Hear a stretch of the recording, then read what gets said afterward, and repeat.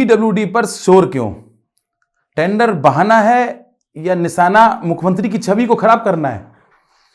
लोक निर्माण विभाग इन दिनों लगातार सुर्खियों में बना हुआ है। सतह पर वजह टेंडर प्रक्रिया बताई जा रही है, लेकिन जमीनी हकीकत इससे कहीं आगे की कहानी बयां करती है। दरअसल मुख्यमंत्री योगी आदित्यनाथ की मंशा बिल्कुल स्पष्ट है कि विभाग मतलब पीडब्ल्यूडी के कार्य पारदर्शी हो, गुणवत्ता से समझौता ना हो और आम जनता को वास्तविक सुविधा मिले। लेकिन इसी मंशा को नुकसान पहुंचाने के लिए कुछ ऐसे लोग सक्रिय हो गए हैं जिन्होंने लोक निर्माण विभाग को बहाना बनाकर मुख्यमंत्री योगी की छवि को धूमिल करने की कोशिश की है। यही कारण है कि बीते कई महीनों से मुख्यमंत्री से लेकर प्रमुख सचिव और पूरे विभाग को लगातार निशाने पर लिया जा रहा है। सवाल यह है कि आखिर खेल क्या है? टेंडर बहाना, असली मंशा कुछ और तो नहीं है। जानकारों को मानना है कि टेंडर विवाद महज एक बहाना है। असली कोशिश सरकार को घेरने और मुख्यमंत्री की भ्रष्टाचार सवाल पर जीरो टॉलरेंस नीति पर सवाल खड़े करने की है। दिलचस्प तथ्य यह है कि जो लोग सबसे ज्यादा आज शोर मचा रहे हैं, वही लोग बीते वर्षों में सबसे अधिक टेंडर पाने वालों में शामिल रहे हैं। अब जब टेंडर प्रक्रिया सख्त, पारदर्शी और तकनीक मानकों पर आधारित हो रही है, तो कुछ कथित हितधारक कह लीजिए या कुछ भी कह लीजिए, उनको यह बदलाव रास नहीं आ रहा है। इसी बेचैनी के चलते पीडब्ल्यूडी के अधिकारियों को बदनाम करने, डराने और दबाव बनाने की कोशिशें तेज कर दी गई हैं। जाति का चश्मा पहनाकर भ्रम फैलाने की कोशिश, और कुछ लोग जानबूझकर टेंडर प्रक्रिया को जाति का चश्मे से देखने की कोशिश कर रहे हैं। आरोप तो यह भी लगाए जा रहे हैं कि एक विशेष वर्ग को लाभ दिया जा रहा है। अरे, जबकि सच्चाई इससे बिल्कुल उलट है। टेंडर नियम, तकनीक, योग्यता और पात्रता के आधार पर ही दिए जा रहे हैं, जहां तक कि मुझे जानकारी हुई है, ना कि किसी जाति और पहचान के आधार पर दिए जा रहे हैं। ऐसे कई लोग हैं जिनको मैं बता सकता हूं कि वो जाति से हटके हैं, लेकिन करोड़ों हम समझ रहे हैं, 200 करोड़ 300 करोड़ के टेंडर पा चुके हैं। बल्कि विभाग की साख और प्रशासनिक निष्पक्षता पर सीधा सवाल हमला भी है कि पीडब्ल्यूडी में बदली कार्य संस्कृति यही चुभन की वजह है। हकीकत यह भी है कि पीडब्ल्यूडी में बरसों बाद ऐसी कार्य संस्कृति बनती दिख रही है जहां गुणवत्ता, समयबद्धता और जवाबदेही को प्राथमिकता दी जा रही है। यदि यह व्यवस्था बनी रहती है तो सड़कों की हालत में स्थायी और वास्तविक सुधार संभव है। और शायद यही बात कुछ लोगों को बहुत ज्यादा खल रही है। धार्मिक मंचों से लेकर विभाग तक एक ही साजिश है।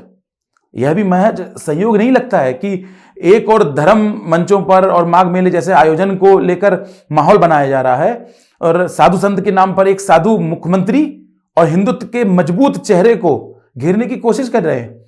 और दूसरी ओर वही तंत्र लोक निर्माण विभाग में कथित गड़बड़ियों के आरोपों की झड़ी लगा रहा है। सच यह है कि इस साजिश में वही लोग शामिल हैं जो सिस्टम में बरसों से जमे हुए थे और अब बदलाव उन्हें स्वीकार नहीं है। बड़ा सवाल यह भी है कि जिन्हें सबसे ज्यादा काम मिला, वही विरोध क्यों कर रहे हैं। सबसे चौंकाने वाली बात यह भी है कि जो लोग आज सरकार और पीडब्ल्यूडी को बदनाम करने में सबसे आगे हैं, वही लोग बीते कुछ समय में 100 से 200, 300 करोड़ रुपए तक के सरकारी कार्य प्राप्त कर चुके हैं। जिन्हें सबसे ज्यादा काम मिला, वही अगर पूरे सिस्टम को कटघरे में खड़ा कर रहे हो, तो क्या उनकी नीयत पर सवाल उठना स्वाभाविक नहीं है?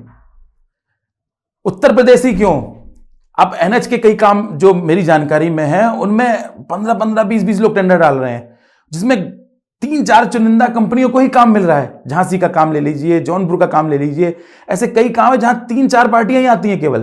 अरे, एनएच तरफ की निगाह क्यों नहीं जाती है?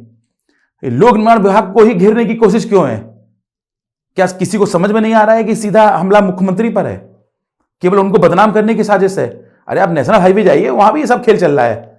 अगर आपको एक खेल लगता है तो यहां खेल लग रहा है, वहां पे आप सब वही काम कर रहे हैं, वही लोग टेंडर यहां डाल रहे हैं, वही वहां डाल रहे हैं। अब देखिए, जैसे अब बात आती है टेंडर बिलों की, 30 से 40% नीचे टेंडर गिर रहे हैं। गुणवत्ता से तो खिलवाड़ हो ही रहा है। और पीडब्ल्यूडी के वरिष्ठ अधिकारियों ने बताया है, नाम न बताने पर, कि टेंडर की प्रतिस्पर्धा में कुछ ठेकेदार 30 से 40% तक कम दरों पर बोली लगा रहे हैं, आपस में लड़ रहे हैं। ऐसे में ठेकेदार टेंडर तो जीत जाते हैं, लेकिन गुणवत्ता और रख रखाव पर गंभीर असर पड़ता है।